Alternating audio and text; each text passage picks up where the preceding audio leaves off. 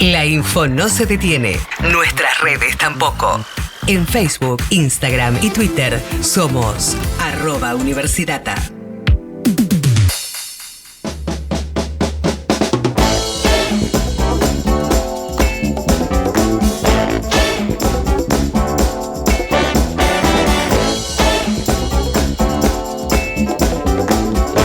Lunes y miércoles, columna de extensión, medios y publicaciones en Contacto Universitario y, como siempre, Noelia Durante al frente de ella. ¿Cómo anda todo? Buen día. Buen día.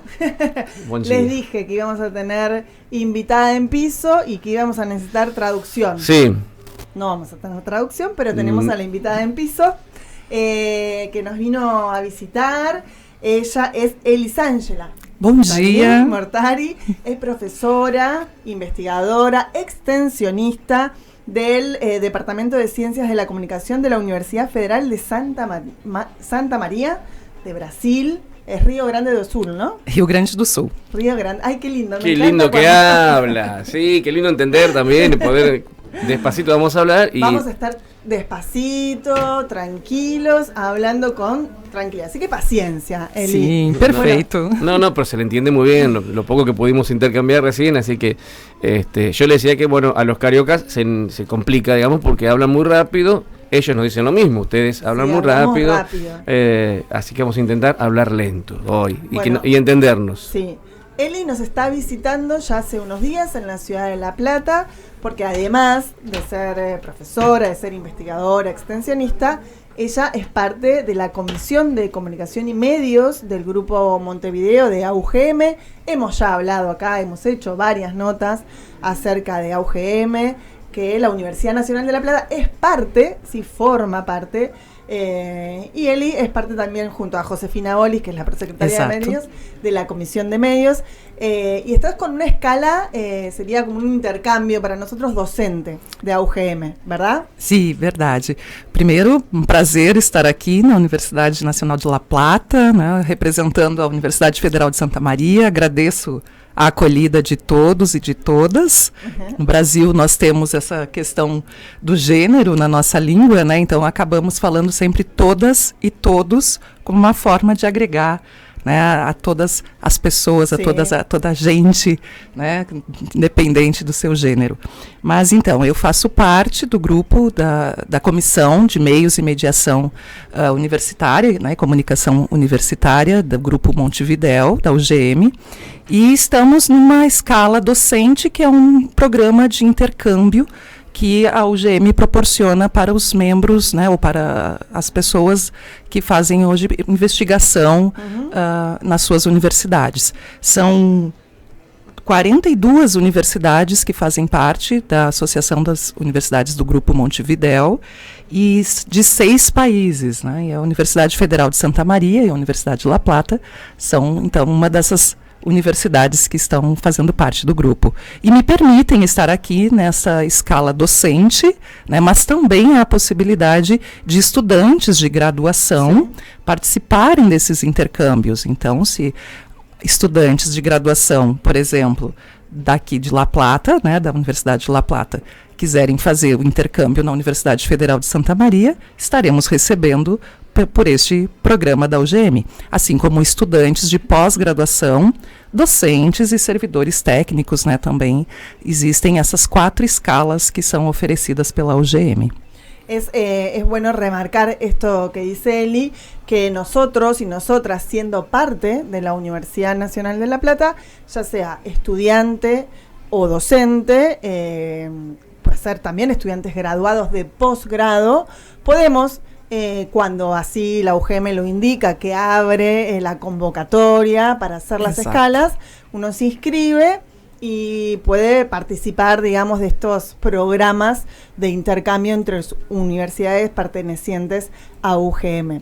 Así que está bueno siempre recordar que somos partes de estas redes de universidades de toda Latinoamérica, porque hace más rica la formación también para los docentes y para los estudiantes, poder intercambiar experiencias, poder conocer otras universidades de otros países latinoamericanos y conocer otras realidades.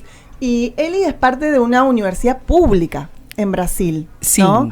Ayer, no, el lunes creo que nos conocimos y charlábamos, ¿no? La importancia de las universidades públicas en Brasil y bueno, en Argentina y en toda Latinoamérica, ¿no? Sí. Qué importante poder tener esta experiencia. Sim. Eli, ¿dónde tiene sede la universidade? ¿Dónde está situada? Está no Rio Grande do Sul, no sul do país. Nós somos a primeira universidade fundada no Brasil fora das capitais. Então é a primeira universidade, tem 60 anos, é muito jovem.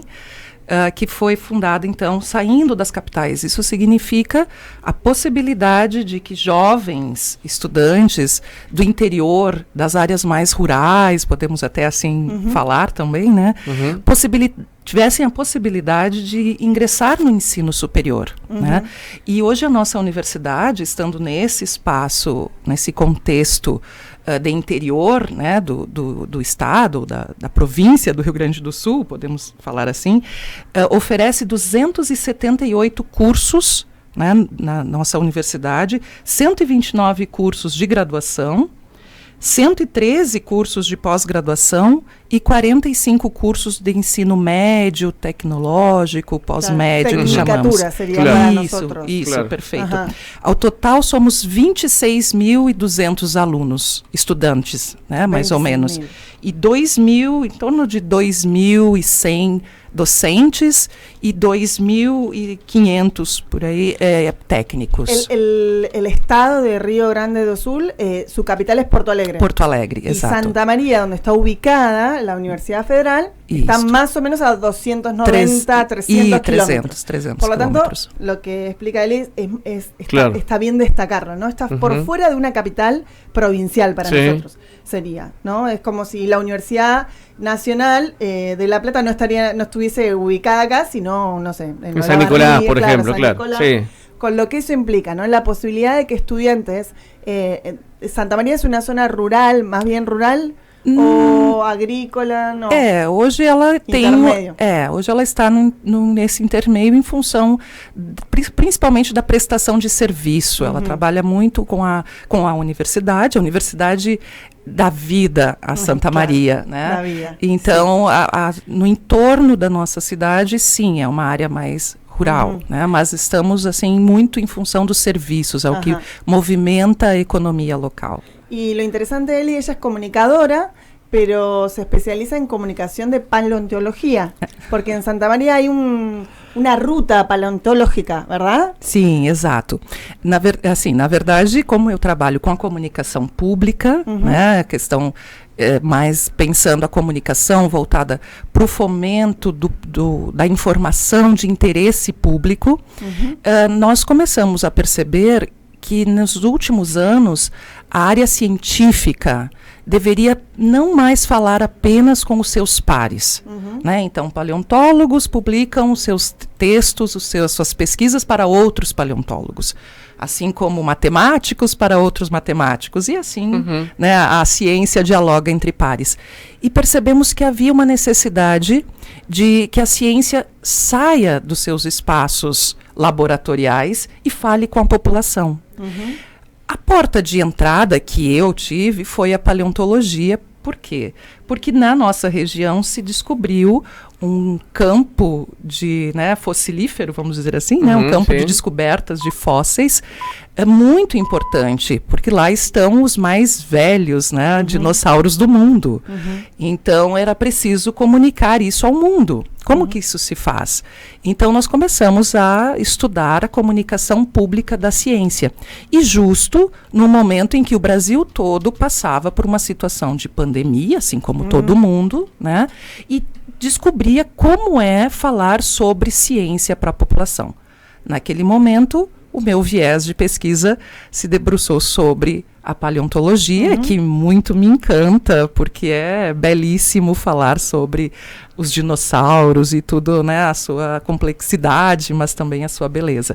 Mas outras áreas da ciência também me estão hoje despertando interesse, né? Quer dizer, como que a gente divulga a ciência da física, como tem uma experiência belíssima aqui na Universidade de La Plata, do Museu de Física. Hoje à la manhã. Perfeito, né? O planetário também, né, com astrofísica, um museu de ciência aqui né, de La Plata, que é maravilhoso. Eli, hay un interesante debate que se da de cómo llevar la ciencia y cómo hacerla, cómo divulgarla y hacerla popular, digamos, ¿no? ¿Por qué digo que hay un debate interesante? Bueno, ahora está, con esto que vos planteabas, está relativamente saldado, creo esto, pero hace, no sé, 10 años atrás, o un poquito más, hablar con un investigador y tratar de resumir 30 años de investigación en una publicación de divulgación para todos, en 2 carillas, era casi imposible, ¿no? Sí. Decían, no se puede resumir, esto no, lo quieren hacer periodístico, no.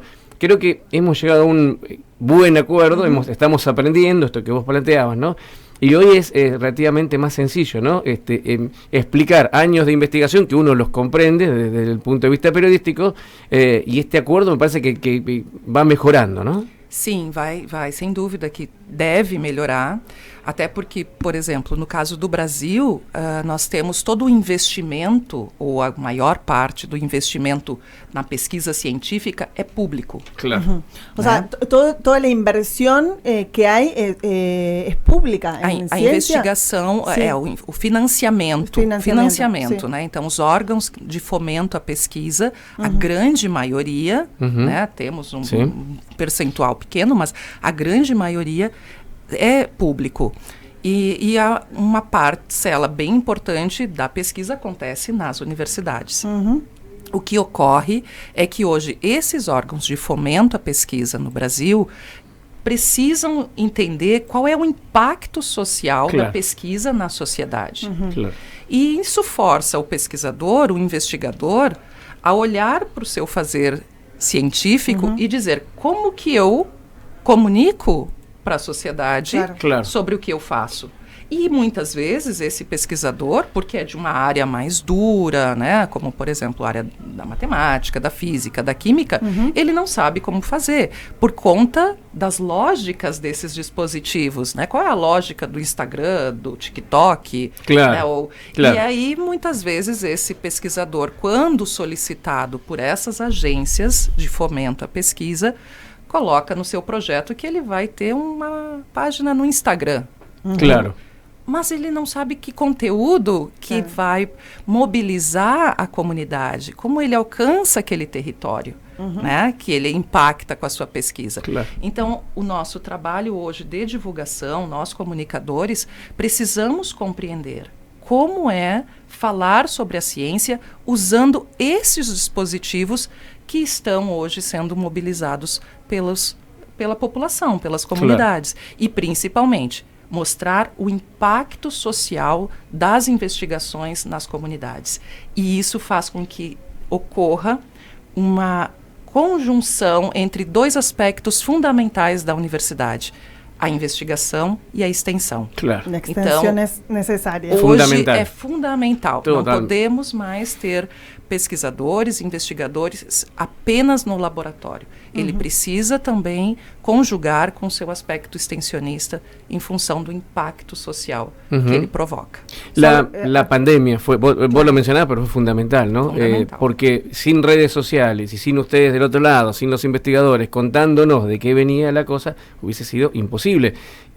Siempre, bueno, esto que vos planteabas, un investigador puede tener su cuenta de Instagram, de Twitter, comunicar, y después sí, llevar a un link para que uno quiera, si quiere leer todo su trabajo, lo puede hacer. Pero fue fundamental aprender lo mínimo indispensable, y me parece que ahí hubo como un acuerdo común, ¿no? Las redes sirvieron muchísimo, nos contuvieron un montón, sí, ¿no? Y esto que dice Eli de salir del laboratorio, o salir de la oficina, ¿no? En la pandemia acá también se vio. La Universidad de La Plata, a través de la extensión del voluntariado, puso a disposición de la sociedad más de 2.000 personas para vacunar, para atención en los 0800 que había puesto la provincia de Buenos Aires, para ayudar a la comunidad en el territorio. Sí. Que fue fundamental, porque estábamos todos encerrados en nuestras casas, con miedo, y a través del voluntariado, de la extensión universitaria, más de 2.000 personas estuvieron colaborando en territorio junto al gobierno provincial de salud y al gobierno nacional. Y ahí en un quedó momento donde claramente. claro, en un momento donde no se sabía nada, digo, porque la invitación era necesitamos voluntarios y voluntarias. Para hacer qué no se Exacto. sabía, Y- era a disposición de lo que los ministerios de salud solicitasen. Sí. Y sin embargo, más de 2.000 voluntarios y voluntarias se anotaron sin saber para qué iban a hacer. Literalmente le debemos la vida a ellos, ¿no? Sí. Porque además no había... Pusieron su vida a disposición de la patria, digamos. Recién empezaban a llegar los primeros camisolines, barbijos, o sea, no había nada, ¿no? Era esos momentos que llegábamos y, no, bueno, ha Sí. pasado, ¿no? Nos bañábamos, nos cambiábamos, y ellos estaban en el territorio ahí, dejándolo todo, ¿no? La verdad que, bueno, estaremos agradecidos sí. toda la vida, ¿no? Y pienso, Elia, en esto que decís vos de la necesidad que la investigación y la extensión, la universidad pública cuente su tarea a la sociedad, ¿no? Un poco es lo que hacemos acá, ¿no? Sí. Contarle a la gente, pero también invitar a participar. Y digo esto porque nosotros estamos en un proceso electoral donde se pone en jaque la educación pública con todo lo que eso implica. Y vos la otra vez nos contabas lo que sucedió en el gobierno de Bolsonaro también, que ustedes tenían que salir a contar porque había una fuerte reducción de lo que destinava el governo hacia as universidades, não? Foi assim? Sim. Então, nós precisamos, neste ano, né, agora com esse novo governo que estamos, né, tendo no Brasil, essa retomada de uma percepção positiva, da imagem positiva da universidade. Porque nós tivemos alguns ministros da educação, né, no governo anterior, que além do investimento financeiro ter sido reduzido, também questionou muito a imagem da universidade. O mesmo ministro. Claro. Sim, os ministros anteriores, sim. tivemos 2 ou 3 ministros durante anteriores. o governo de Bolsonaro, Isso. o ministro de Educação ponía em dúvida a la universidade Exato, pública. Exato. E isso faz com que a população, ao ter essas informações que vêm de autoridades, veja, é complicado, é uma narrativa de autoridades que estão dizendo que na universidade não se faz outra coisa a não ser, havia um termo, inclusive, que ele usava no Brasil que se chama de balbúrdia. Barulhos? Não, Sim, não sim. se faz só balbúrdia. Como se não existisse nada. Nada, Claro. apenas balbúrdia. Então, vejam, a população, uma parcela da população brasileira passa a aderir a essa narrativa de que nas universidades não se produz conhecimento. Por outro lado, a população brasileira tinha confiança na ciência. Mas Claro. onde se faz ciência? Claro. No país. En la pública. Em muitos espaços Claro. das universidades. Claro. Então é por isso que hoje nós precisamos, nessa retomada do investimento à ciência e às universidades, também a retomada de uma narrativa positiva das universidades. Y el objetivo, perdón, Eli, de la anterior gestión, era desprestigiar las públicas y llevar o pasar a las privadas. Sim. Claro. Exato. Então, por que precisamos retomar a questão da imagem positiva das universidades públicas? Não porque eu quero legitimar só o meu espaço de docência, né, ou de investigadora, mas para poder dar oportunidade para todas as pessoas do Brasil, para todos os estudantes, aos jovens, a terem acesso a uma universidade, a terem acesso ao conhecimento, né, a serem também produtores de ciência, né, a modificarem o espaço social que ocupam, e não apenas uma parcela da sociedade. Né? Então é por isso que a universidade pública é tão importante. Quanto sale da universidade privada em Brasil? Muitas, não tenho número para te dizer quantas existem. Reales, vos la otra vez hablabas de una determinada cantidad de reales por mes, algo de... O custo? Sim, o custo. O custo. Na minha cidade, por exemplo, no curso de medicina, que é um dos mais procurados, R$8.000. R$8.000 por mês. Por mês é a mensalidade, então, né? E o salário mínimo em Brasil? R$1.600 a R$2.000, vamos dizer assim, no máximo. Imposible. O sea que R$2.000 ganás, R$8.000 te salen en la universidad. No hay posibilidad de que los sectores populares accedan a la universidad privada si es que se decide privatizar todo el sistema. Exato. Si no me equivoco, estamos hablando de 600.000 pesos argentinos. Lo que mais serían ou los menos, né? 8.000 reales, ¿no? 8.000 reales. Claro. 600.000 pesos. Imposible. Isso pensando numa universidade privada de Santa Maria. De Santa Maria. Claro. Porque se formos para outras universidades de capitais, enfim, nós vamos ter outros valores. E do curso de medicina, né? Esse exemplo, porque é um dos cursos mais procurados também entre a Yo juventude. cuento una anécdota chiquitita. En el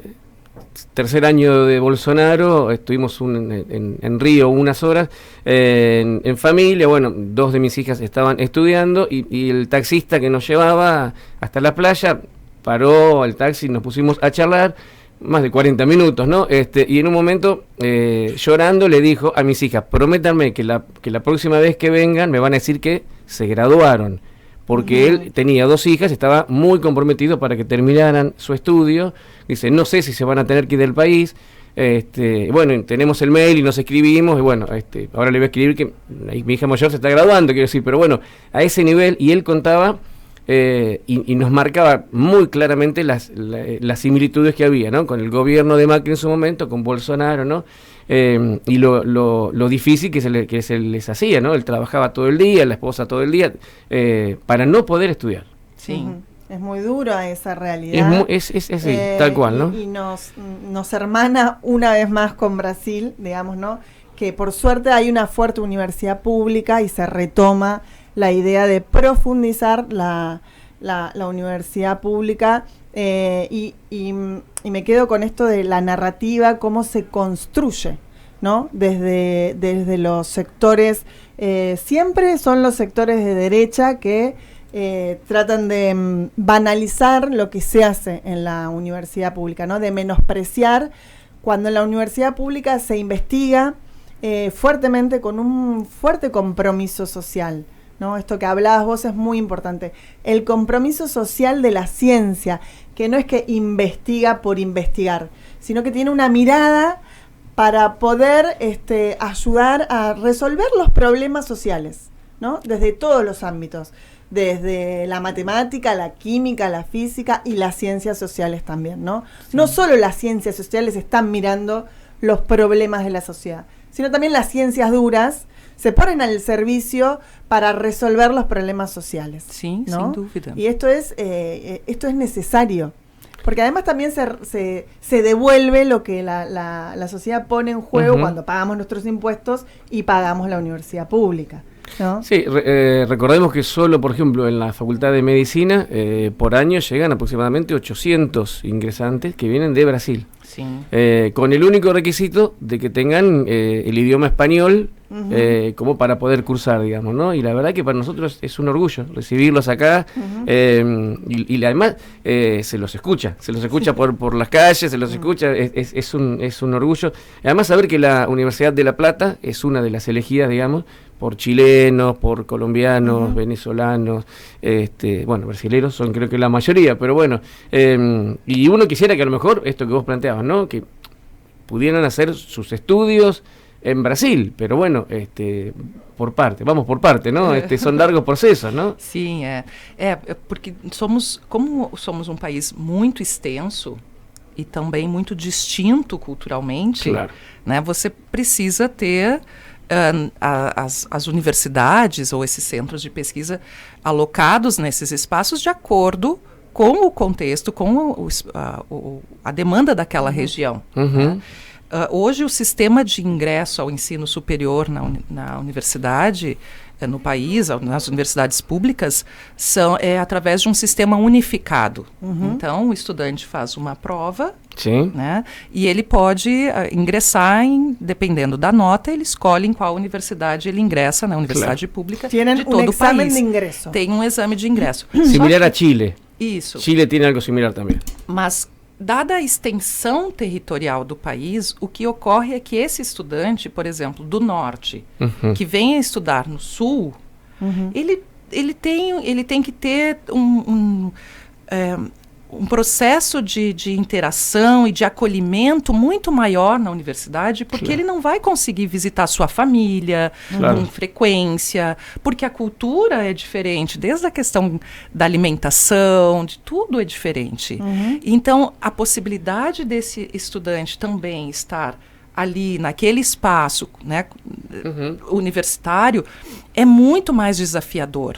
Então é por isso que essa política pública na área da educação no país precisa contemplar toda a extensão territorial, mas também a distinção cultural. Claro. Né? Porque não é simplesmente aquele jovem dizer, eu quero fazer medicina e aí vou fazer medicina onde? No sul, no norte, no nordeste, no centro-oeste do país. Né? Porque os desafios dele irão além do desafio do estudo do curso en sí. Claro. ¿Né? Además de lo económico, porque tenés que alquilar un lugar, ¿no? Además del desarraigo familiar y cultural, lo económico también pesa, ¿no? En decir, bueno, vivo en Natal y me tengo que ir a Río Grande do Sul. Claro. Que es mucho más grande la distancia, calculo, que venir a La Plata. Eli, a ver si entendí, creo que sí, que se entendió, pero el alumno, la alumna que cursa, le toman una prueba, según la nota puede elegir o podría elegir una carrera. Isso, uma carreira. Y una universidad. Y una universidad. Isso. Eso también depende del colegio que hayas hecho también, porque muchas veces si no haces un buen secundario, digamos, a lo mejor después es difícil tener un buen resultado para tener un ingreso. O sea que es mucho lo que se está jugando, digamos, en eso, ¿no? Sim, isso nos últimos anos é uma conquista que nós tivemos, né, na educação brasileira, de política pública para a educação, é a política de cotas.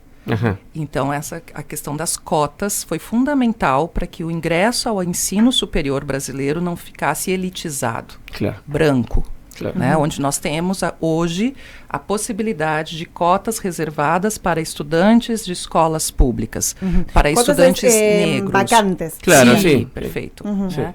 Então, isso nos dá, neste momento, uma universidade diversa, que tem que ser o papel realmente da universidade, atender a todos. Né? Então, a possibilidade de termos alunos que vêm de escolas públicas, alunos que há muito tempo, né, camadas sociais que ficaram desassistidas, que são vulneráveis, né, à margem da sociedade brasileira, que hoje podem ingressar ao ensino superior.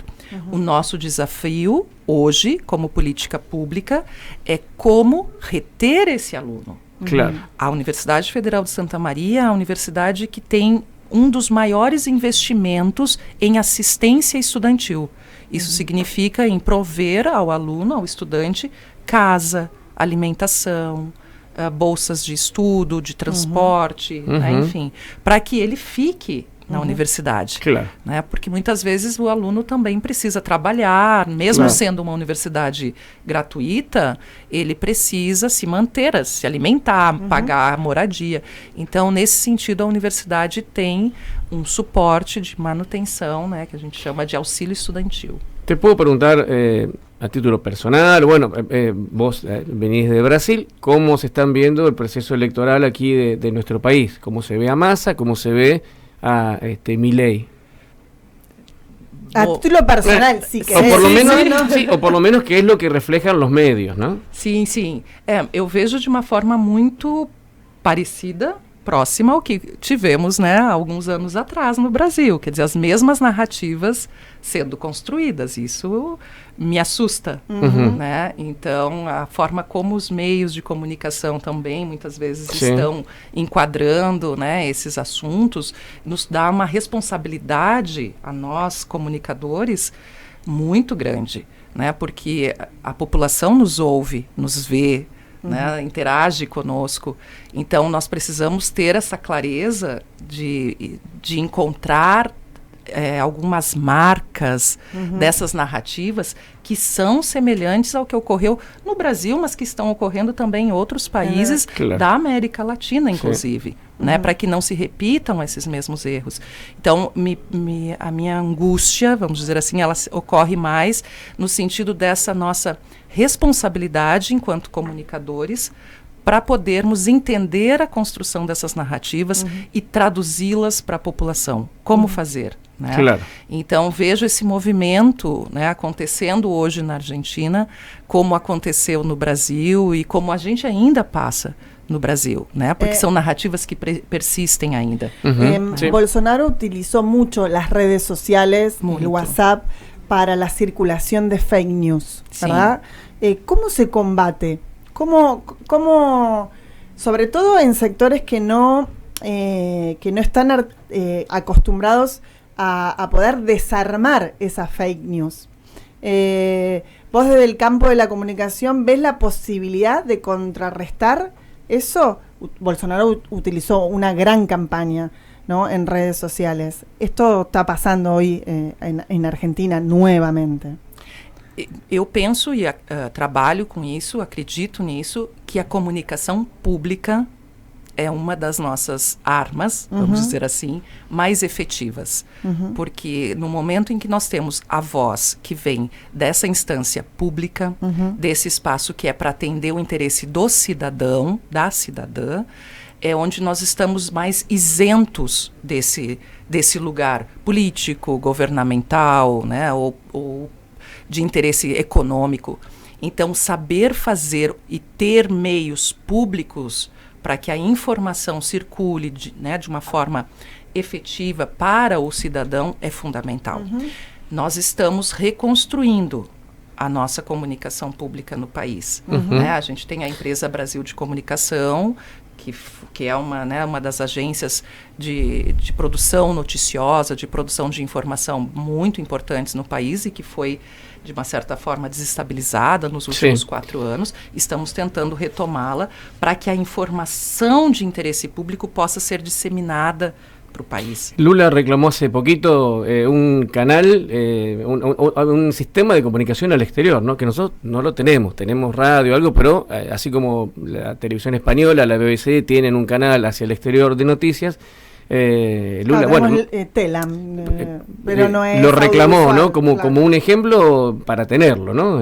Porque realmente hay momentos es que es dificilísimo romper ese cerco. Porque Telesur, que venía un poco a cubrir esa vacancia, hoy está un poco como desarticulado, ¿no? Claro, pero además Telesur son muchos países, y porque enseguida salieron a decirle, bueno, entonces cerremos Telesur. No, dijo Lula, claro, hagamos uno propio, sumemos, claro. Que me parece que también sería una buena política, necesitamos, me parece, nosotros también, ¿no? Como lo tiene Chile tiene un canal 24 horas de noticias. Y bueno, después está en uno, buscarlo o no, pero es un espacio, bueno, para difundir, para trabajarlo, ¿no? Así que bueno, será en el próximo gobierno a lo mejor. Es importante comunicar lo hecho. De hecho, se le ha criticado a Alberto que durante estos 4 años no se comunicó con la masividad que hubiese sido necesaria, ¿no? Muchas políticas de Estado que eran necesarias comunicar que no se comunicaron. Porque del otro lado vemos que hay un gran aparato mediático hegemónico puesto terrible al servicio y sobre todo al servicio de la creación de desinformación, además de desinformación, creación de fake news, de mucha noticia sesgada. Entonces es importante, ¿no? Sí. La verdad que sí, bueno, la pandemia fue un ejemplo, ¿no? Llamaban a no vacunarse, había que trabajar muchísimo en eso, ¿no? Pero bueno, políticamente también, Dilma, Lula, realmente, ¿no? Construyeron un relato, y después terminaron como terminó, ¿no? Por suerte después, por suerte no, por trabajo, por militancia, tiene otro camino ahora, ¿no? Pero bueno. Sim, tem um custou dolor. Sim, custou e custa ainda, como disse, né? Ainda custa porque precisamos reaprender como trabalhar e principalmente numa situação em que há um país ainda dividido, a população ainda é dividida. Né? Pode ter acabado ou acabou o governo Bolsonaro, mas o bolsonarismo não. Claro. Então, nesse sentido é que nós precisamos furar esta bolha de informação falsas, de inverdades que ainda circulam, inclusive em relação à saúde, né, a vacinas ou a toda a prática de saúde pública, que há uma necessidade ainda, ou já, né, imediata, de mobilizar novamente a população, Claro. de fazer com que a população acredite na eficiência das vacinas, que isso foi algo que, em plena pandemia, se colocou em xeque no país, acreditam? Claro. Né? Onde as pessoas não iam se vacinar porque achavam, perdoem a piada, né? Não sei como, mas acreditavam que nós iríamos virar jacaré si nos nos vacinássemos. Sí, claro. Sí, sí. Sí, acá sucedió lo mismo desde ciertos sectores que llamaban a no vacunarse. Bueno, Bolsonaro lo hizo. Bolsonaro desafiaba, sí, ¿no? Uma gripezinha. Sí, exato. Claro. Então ainda precisamos encontrar essa narrativa para que todas as pessoas tenham acesso ao que lhe é de direito.